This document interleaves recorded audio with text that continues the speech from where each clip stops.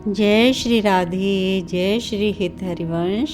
आप सभी का स्वागत है कृष्णा डिवोशन चैनल पर। और आप सभी कृष्णा डिवोशन चैनल के साथ जुड़कर भगवान की कथा में अमृत प्राप्त कर रहे हैं।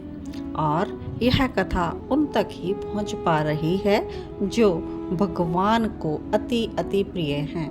तो आप बहुत ही सौभाग्यशाली हैं जो भगवान की अमृतमयी कथा का श्रवण कर रहे हैं, श्री कृष्ण चरित अमृतम। और आज इस कथा में हम श्रवण करने जा रहे हैं कि भगवान को रन छोड़ राय क्यों कहा जाता है।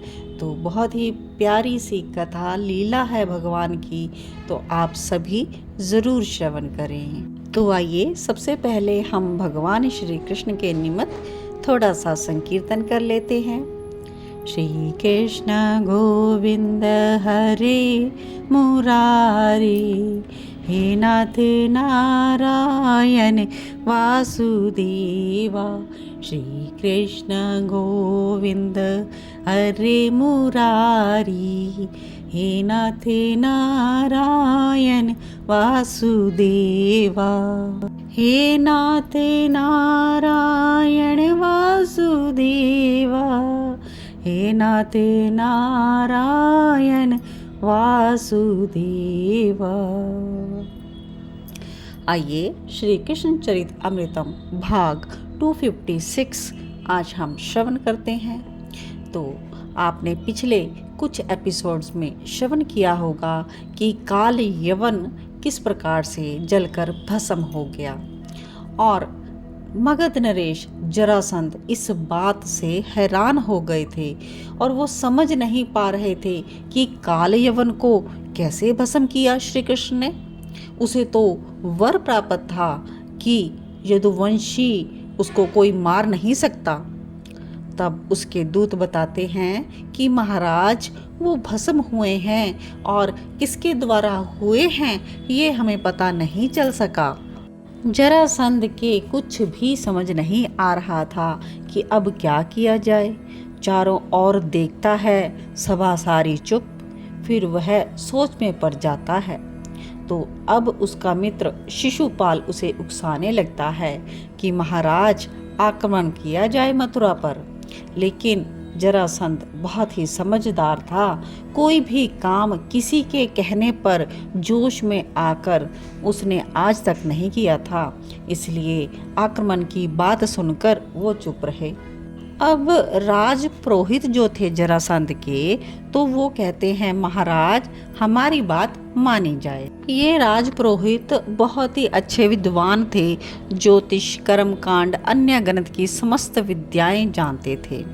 ज्योतिष के संबंध में तो जरासंध ने कई बार राज पुरोहित से पूछा था और शास्त्रों को भी जरासंध मानता था।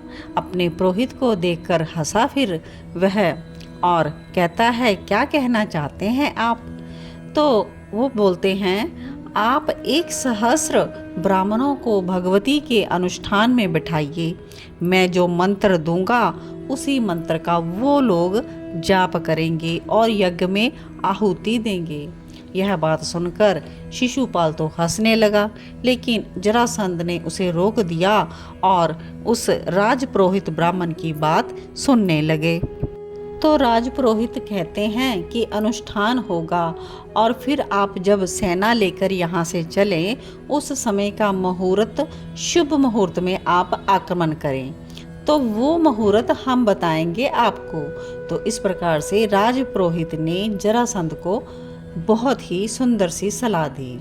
लेकिन जरासंध पूछा अगर हम इस बार भी पराजित हुए तो?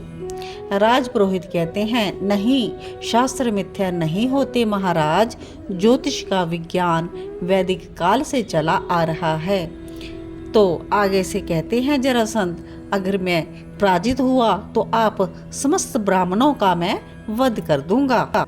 जरासंध ने अपना निर्णय सुना दिया, लेकिन बेचारे राजपुरोहित कांप गए। वो कुछ और बोलते और उससे पहले जरासंध उठ गया सभा से और अपने मंत्री को बोलते हुए उठा कि जितना धन चाहते हैं ये राजपुरोहित अनुष्ठान के लिए, इनके लिए भंडार खोल दिए जाएं और आप मुहूर्त देखकर अनुष्ठान प्रारंभ कर दें। 1 सहस्र ब्राह्मण क्यों, 10 सहस्र ब्राह्मणों को बिठाओ अनुष्ठान में, और हाँ, आक्रमण के लिए मुहूर्त बता देना ताकि हमारी सेना फिर से तैयार हो जाए। इतना कहकर जरासंध तो सभा से चले गए। और मंत्री ने कहा, हाँ पुरोहित जी, धन कितना चाहिए बता दीजिए। बेचारे वृद्ध राजपुरोहित अभी कांप रहे थे। उन्हें लग रहा था कि मेरे कारण कहीं सहस्रों ब्राह्मणों का वध तो नहीं हो जाएगा। और उसकी आंखों से अश्रु गिरने लगे और कहने लगे, हे नारायण, आप हमारी रक्षा करें। तो अब बात राजपुरोहित ने कही है तो माननी तो पड़ेगी ही। 10 सहस्र ब्राह्मणों को अनुष्ठान में बुलाया और जरासंध ने मुहूर्त देखकर कलावा अपने बांध लिया, यानी कि युद्ध में जाने से पहले हाथ में कलावा बंधवा लिया। अब इसके आगे नेक्स्ट सीन युद्ध का है।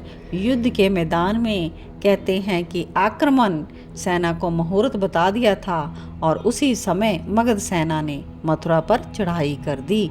और ये जो युद्ध है ये 18वीं बार आक्रमण था मगध सेना का मथुरा पर। उन्हें सब पता था, इसलिए कुछ ही दिनों में मगध से चलकर मथुरा को घेर लिया था सेना ने। मथुरा की सेना तैयार नहीं थी क्योंकि श्री कृष्ण असावधानी बरत रहे थे। इस बार जरासंध को वो इस बार गंभीरता से नहीं ले रहे थे क्योंकि वो पहले बहुत बार हार चुका था। और बलराम कहते हैं क्रोध में भरे हुए, कृष्ण, वे जरासंध के आक्रमण फिर से आ गया है, इस बार तो मैं उसका वध कर दूंगा।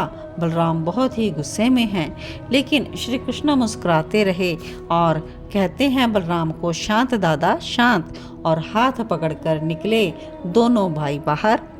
जरासंध रथ लेकर आ गया सामने ही। श्री कृष्ण सहज खड़े हैं अपने बड़े भाई का हाथ पकड़े हुए, और उन दोनों को देखकर जरासंध चिल्लाया कि कृष्णा, मैं तुम्हें छोड़ूंगा नहीं। और श्री कृष्ण भी मुस्कुराते हुए बोले, 17 बार की पराजय इतनी जल्दी भूल गए मगध नरेश। पैदल रामकृष्ण को देखकर जरासंध भी रथ से नीचे उतरा, पीछे उसकी सेना थी। और क्या कहता है जरासंध कि इस बार कोई छल काम नहीं देगा कृष्ण, हम तुम्हें पराजित करके ही रहेंगे। इस बात से क्रोध में भरकर बलराम जी आगे बढ़े और कहते हैं, मैं इसका अभिवध करता हूँ। लेकिन श्री कृष्ण ने हाथ पकड़कर पीछे खींच लिया और कान में धीरे से बोले, मैं जो कह रहा हूँ दादा वही करना। बलराम पूछते हैं कि क्या कहना चाहते हो तुम? और श्री कृष्ण क्या कहते हैं धीरे से, भागो। अरे बलराम कहते हैं, तुम ये क्या कह रहे हो, भागे? अरे लोग क्या कहेंगे? दादा लोगों का क्या है, कहते रहते हैं, कोई फर्क नहीं पड़ता। तो कहते हैं बलराम कि रन छोड़, नाम रखा जाएगा इतिहास में तुम्हारा। दादा माखन चोर कहते हैं ना, चीर चोर भी और चित्त चोर भी कहते ही हैं, फिर क्या फर्क पड़ता है कि रन छोड़ भी कह दे। जरासंध आगे बढ़ा और कहने लगा, तुम क्या छल करना चाह रहे हो मुझसे? और श्री कृष्ण ने अपने बड़े भाई का हाथ कसकर पकड़ा और बोले, दादा भागो। और इतना कहते दोनों भाई भाग पड़े। जरासंध ने अपने सैनिकों को श्री कृष्ण के पीछे ही भागने का आदेश दिया और स्वयं भी पैदल ही भागा, क्योंकि श्री कृष्ण ऐसे भाग रहे थे कि अब पकड़ में आए।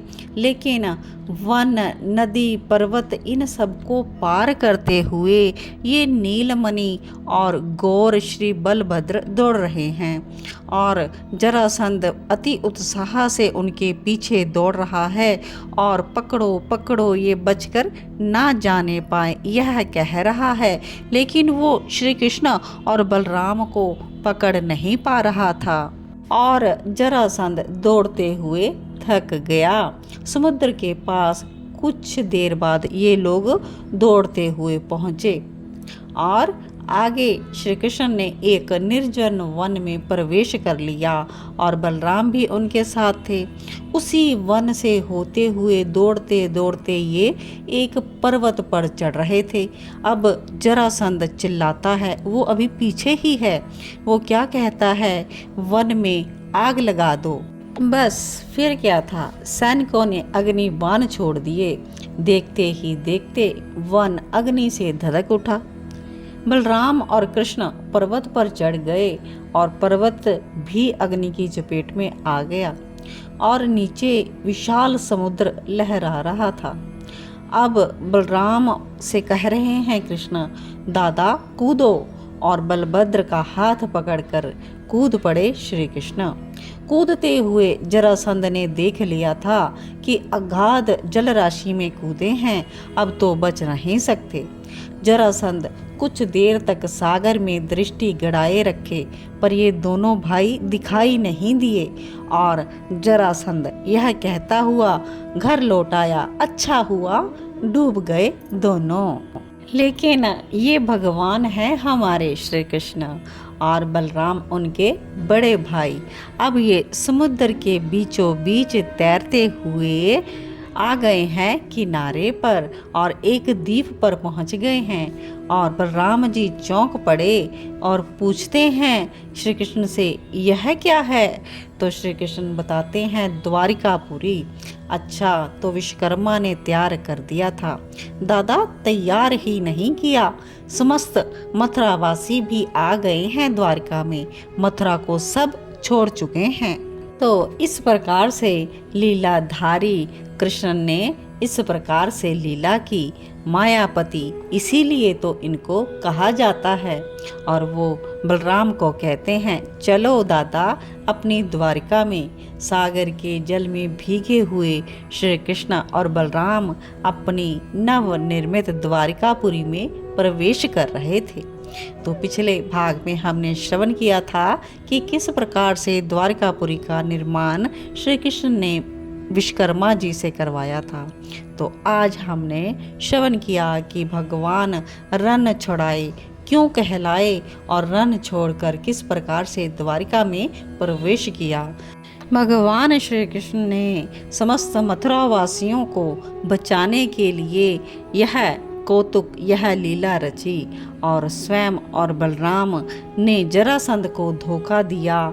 इस बात के लिए उनको उलझाई रखा। बलराम और श्री कृष्ण के पीछे जरासंध के सभी सैनिक लगे रहे और उधर चुपचाप सभी मथुरावासी सुरक्षित पहुंच गए। तो इस प्रकार से आप सभी ने भगवान श्री कृष्ण को रणछोड़ कहलाने की कथा श्रवण की।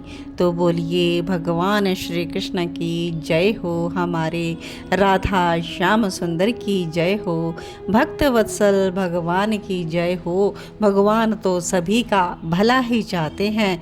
तो इस प्रकार से ऐसे लीलाधारी भगवान श्री कृष्ण जो जन जन की रक्षा करते हैं, सभी का पालन पोषण करते हैं, सभी की उनको परवाह है, सभी के बारे में वो सोचते हैं, ऐसे प्रभु श्री कृष्ण की शरणागति क्यों ना हो जाए। तो आप सभी भगवान श्री कृष्ण और उनकी कथा लीला में अपना मन लगाएं और भगवान के शरणागत जरूर होएं। अपनी जीवन की नैया आप प्रभु श्री कृष्ण के हवाले कर दें, तो प्रभु श्री कृष्ण आपकी नैया को भी इस भव सागर से पार ले जा सकते हैं। तो बोलिए भगवान श्री कृष्ण की जय हो। श्री कृष्ण गोविंद हरे मुरारी, हे नाथ नारायण वासुदेवा। श्री कृष्ण गोविंद हरे मुरारी, हे नाथ नारायण वासुदेवा।